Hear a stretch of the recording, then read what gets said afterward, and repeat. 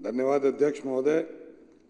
अध्यक्ष महोदय, बड़ी अजीब सी बात है कि 10,000 मार्शल और सिविल डिफेंस के लोगों को एलजी साहब ने एक मनमाने तरीके से बिल्कुल उठाकर दूध में से मक्खी फेंक दिया और बेरोजगार कर दिया और ये कह दिया कि सीसीटीवी कैमरे लगे हैं बसों के अंदर, पैनिक बटन लगे हैं बसों के अंदर, तो कोई ज़रूरत नहीं है। मैं एक छोटी सी 1 मिनट की एक कहानी आपको सुनाना चाहता हूँ।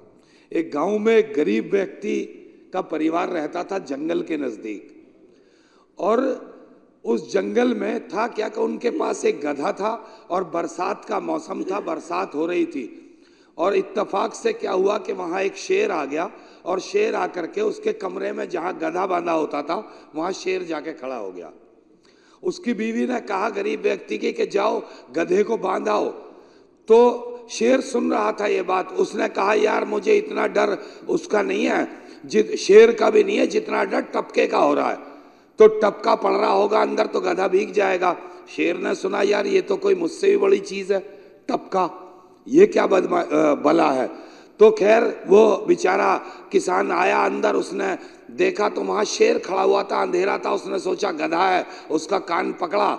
शेर ने सोचा यही टपका है, ये मुझसे भी बड़ी कोई आइटम है, टपका यही है। शेर भी डर गया, उसने ले जाके गधे को बांध दिया।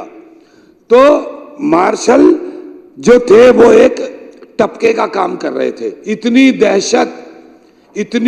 दहशत बदमाशों में थी कि आए दिन जो मंचले बसों में सफर किया करते थे, जिन मंचलों की वजह से, जिन गुंडे आवाराओं की वजह से हमारी बहन बेटी माएँ बसों में सफर नहीं करती थी, बसों में जिस दिन से मार्शल लगे अध्यक्ष महोदय, उस दिन से बसों में महिलाओं की संख्या मेरे ख्याल से 6-7 गुना ज्यादा बढ़ गई।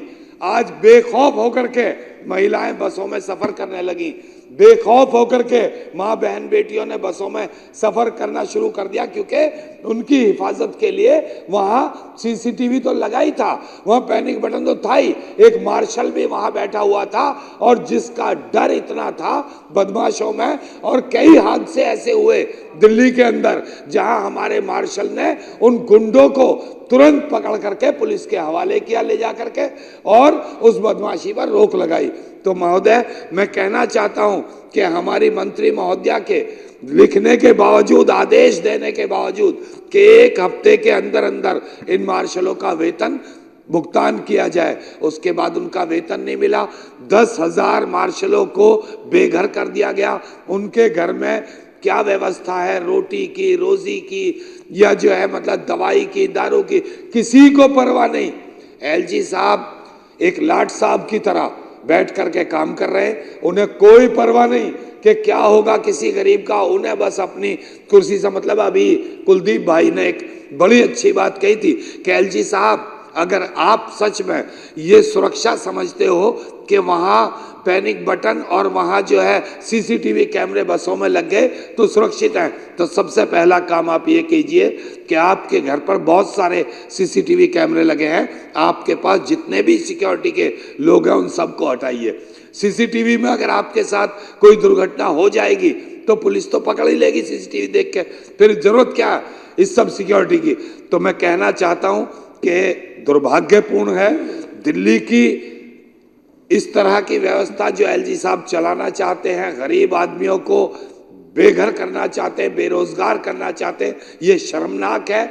और अध्यक्ष महोदय आपके माध्यम से मैं कहना चाहता हूं कि इसी विधानसभा में 29/2/2024 में रेजोल्यूशन पास हुआ था, उसके बावजूद भी अभी तक ना उनको बहाल किया गया, ना उनका वेतन दिया गया है। तो ये बड़े शर्म की बात है कि दिल्ली की विधानसभा जिस रेजोल्यूशन को पास कर दे और उसके बाद भी उस पर अमल ना हो, दिल्ली के राजस्व मंत्री आदेश करें और उनके आदेश पर अमल ना हो, तो एलजी साहब क्या करना चाहते हैं इस दिल्ली का और कहां ले जाना चाहते हैं इस व्यवस्था को, बड़ा गंभीर होकर के इस विषय पर सोचना होगा। और उन बेरोजगारों के लिए जिन बेचारों को आज दर दर की ठोकरें खानी पड़ रही हैं, सड़कों पर भटकना पड़ रहा है, उन्हें तुरंत लगाने की व्यवस्था की जाए, उनका वेतन दिया जाए, उन्हें बहाल किया जाए। बहुत बहुत शुक्रिया, बहुत बहुत धन्यवाद।